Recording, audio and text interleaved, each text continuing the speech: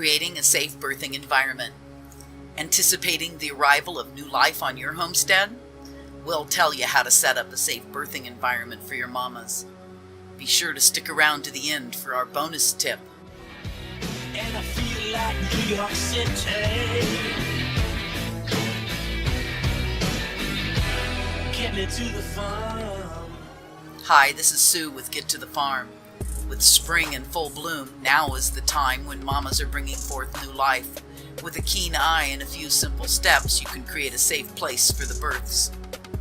Whether you are birthing in a stall or a pasture, get them ready early and give your mamas at least 3 weeks to get comfortable with their new surroundings. If you're birthing in a stall, you can follow the tips below to get it ready. If you're birthing your livestock on pasture, choose a clean, well-drained field or corral. Either way, moving in early also gives your mamas time to develop protective antibodies to germs in her environment. She passes these on to her offspring in her colostrum. This first milk is what protects babies till they can be vaccinated or build immunities on their own. As long as a baby is nursing, a vaccination may not take effect. As you set up a birthing stall, think safety. As a newborn, your livestock will be clumsy and have poor vision. As they get older and become more aware of their surroundings, they will be rambunctious and curious, and likely they will find any hazard. Here's how to set up a safe, comfortable environment for your new arrival. Choose wisely. Choose a pasture without large rocks or poor drainage. Pick a stall that's roomy enough for your mama. For a goat or sheep, 6 by 6 foot is big enough. For a cow or horse, 12 by 12 foot or more. A larger stall means there's less chance your mama will birth against the wall or accidentally step on her babies. Provide good ventilation, but prevent direct drafts that may chill a newborn. You may want to leave neighboring stalls empty or put in only companions that your mama will appreciate to help keep her calm.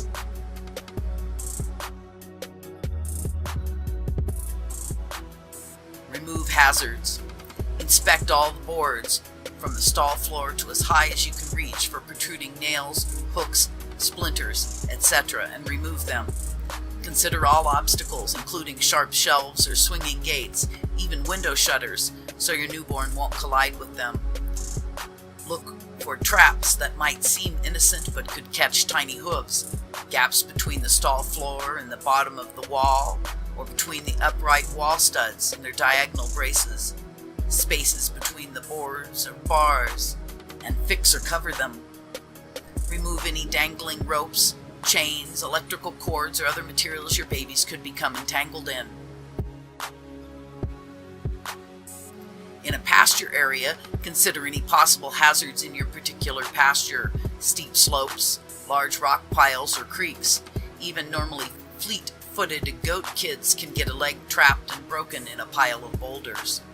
Creeks are often down a small slope, and either during the birth or as a stumbling newborn, babies can fall into the water and drown.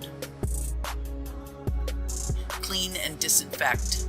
Now, strip the stall of all bedding and remove buckets and feeders. Scrub buckets and feeders with a squirt of liquid detergent per gallon of water.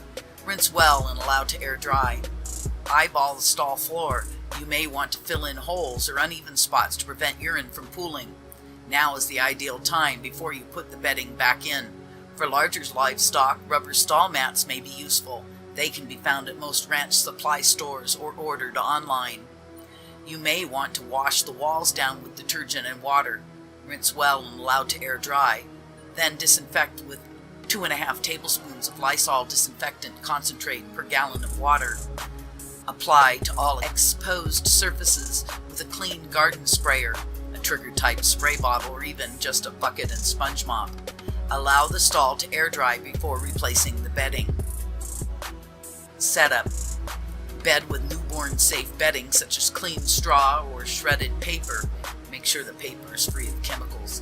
Things like carbonless copy paper can be highly toxic.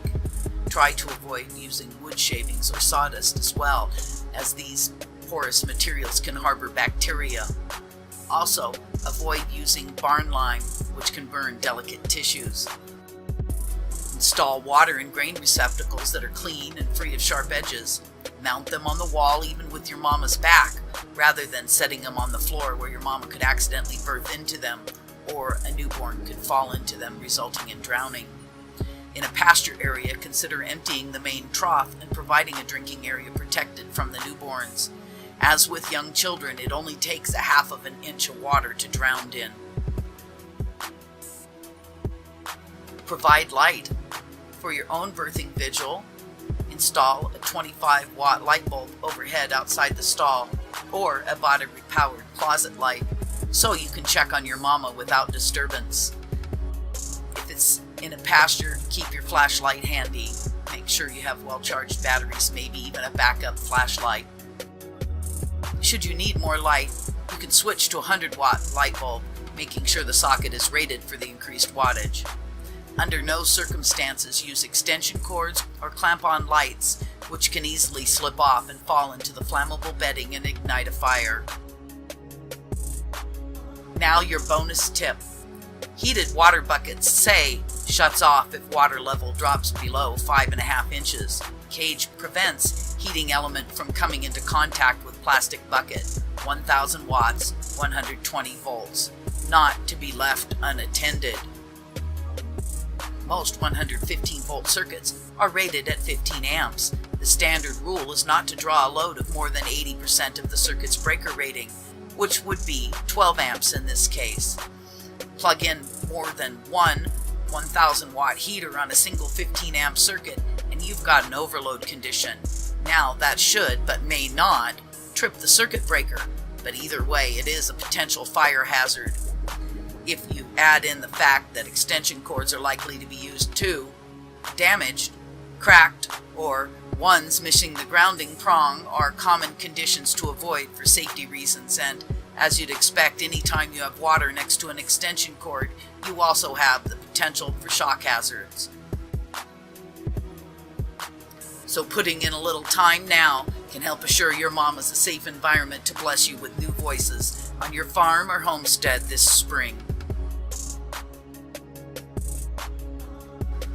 Thank you for visiting. If you found this video to be useful, please like, comment, and share. And if you're not already, hit that big red button to follow us. And I feel like New York City. Get me to the farm.